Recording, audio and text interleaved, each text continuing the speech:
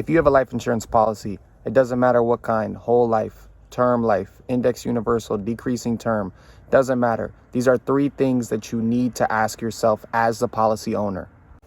The first one, how well do I know my policy? You should know what type of policy it is. You should know when you're covered for, what you're covered for, if you can borrow against it. For example, if there's a medical passing or a car accident, you need to know if you're covered for that. You need to know if it's all inclusive, it covers everything, or what it doesn't cover. When was the last time I met with my agent? That is super important. Every year you should be doing a policy review with your agent, even if nothing's changed, just to verify that nothing has changed. A lot of times I'll see situations where couples get remarried, relationships get broken, whatever the case is, but they never update the beneficiaries.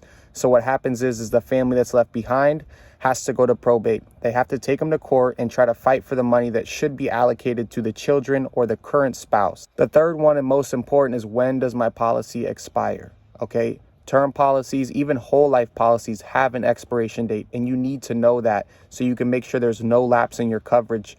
God forbid something happens and you're not protected, you're leaving your family with a GoFundMe just to try to get protection so that your spouse or your children can stay in the house or have some money just to properly bury you.